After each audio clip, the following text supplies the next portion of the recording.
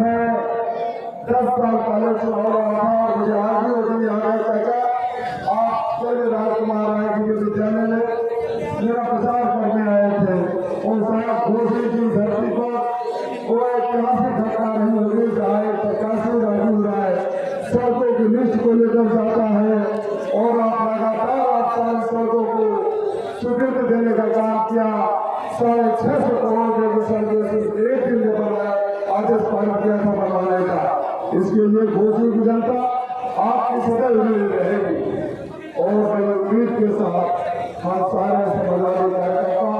आपके आगमन का इंतजार कर रहे हैं। हम जानते हैं कि सरकार नहीं है, हम जानते हैं कि इस बार में आपके सड़कों को पास नहीं करा सकता,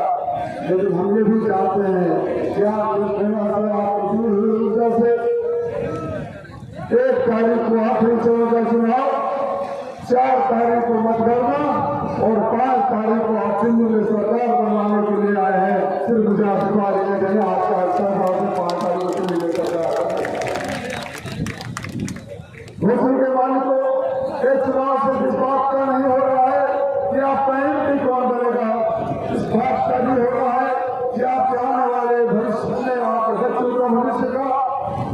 कौन सा चिंता रखना था, कौन सा नेता करेगा और कौन लोग आपकी आवाज उठाने का काम करेंगे।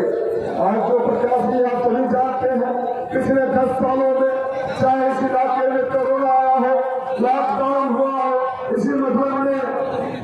दिनचर्या में बाढ़ आया, कटान आया, पत्रकार साथी सामने है, उन्हें बार बार इन पत्रकारों को चुनौती देता हूँ कि मेरे पत्रकार साथियों, लोकतंत्र के चौथे स्तंभ, अगर आपके पास कोई और तस्वीर हो, मेरे अगर कोई आपका कार्यकर्ता, कोई नेता, कोई नेता, कोई भाई भारतीय जनता पार्टी का सरकारी दल का दिनचर्या में रफाल पीड़ितों की मदद कर रहा हो, कोरोना में दवाइयां बता रहा हो, गैस के सिलेंडर, ऑक्सीजन के सिलेंडर दे रहा हो, जो लॉकडाउन में पुलिस की गाड़ियों में भर भर के जो खाद्य सामग्री और राहत सामान आ रहा था, सरकार का नहीं आपके बेटा हुआ भाई राजीव राय का भेजा हुआ था। इसीलिए मैं आपके ऊपर आपके सामने नेता ने बेटा हुआ भाई को आशीर्वाद मांगने आया हूँ। साथियों, जो वर्तमान सरकार है और जो वर्तमान प्रत्याशी है, 3 प्रत्याशियों में से एक का चेहरा भी आपको नजर आएगा, मीडिया के साथियों को नजर आएगा, तो बिहार के कुछ सूत्र साथ कर रहा है। मैं आपको वचन देने आया हूँ, मैं आपको पुनः वादा करने आया हूँ। आप सबको याद होगा 2014 के चुनाव में मैं हार गया था, मुझे मलाल नहीं रहा और जब चुनाव हारा तो उससे पहले अफवाह उड़ाया गया था कि जीत कर और हार कर ये लोग वापस चले जाएंगे। मैं तीसरे दिन आया, आपने सुपाल यादव जी के आशीर्वाद लेकर आया, अपने नेता सुखदेव नेताजी का आशीर्वाद लेकर आया, किरणानंद साहब का आशीर्वाद लेकर आया और उन लोगों को विश्वास दिलाकर आया। और फिर आपके बीच में मैंने कहा था, मेरे मालिक को जिनको दिल्ली भेजना था, आपने मुझे दिल्ली भेज दिया, मैं आपके दिल में रहने आया हूँ और पिछले 10 सालों से आपके दिल में फैसला बनाने के लिए लगातार प्रयास करता रहा। मैंने कहा था जिसको दिल्ली जाना था वो दिल्ली गया, मैं घोषी की जनता के साथ घोषी की धरती पर ही आखिरी सांस लूंगा और उस वादे को निभा रहा हूँ। क्या ये आपकी जिम्मेदारी नहीं बनती? क्या आप सोचते नहीं कि जो आपका भाई और बेटा पिछले 10 सालों से एक हाथ जो आज मंत्री जी आए हैं, चाचा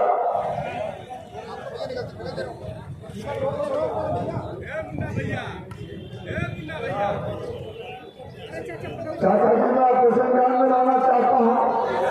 आपने न जाने कितने मंत्रियों को मंत्री बिगड़ते देखा है, न जाने कितने मंत्रियों को बनाया है, लेकिन नया वाला एक मंत्री जी हमारे यहाँ आए हैं, कभी पत्रकारों को धमकाते हैं। 4 दिन पहले पत्रकार साथी से यहाँ खड़े हैं, इनके मोबाइल में छुड़वाने थे, धक्का मुक्की किए थे। कभी जिले के प्रथम नागरिक को खड़ा कराकर कहते हैं जिन्हें का मालिक हूँ। मैं आपसे अनुरोध करता हूँ, आपसे गुजारिश करता हूँ, देश के मालिकों से गुजारिश करता हूँ कि जो नेता अपने को जनता का मालिक समझने लगे, जनता की जिम्मेदारी बनती है उस नेता की औकात उठाने का काम मतदान में इसलिए मैं आपका अनुरोध करते हुए कि आने वाले वक्त में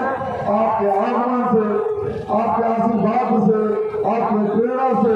हम नई सरकार बनाएंगे और नई सरकार में क्या होगा हम सब आपने चाचा जी के यहाँ से सुनेंगे। पुनः मैं अपनी धरती पर आपका वंदन अभिनंदन करते हुए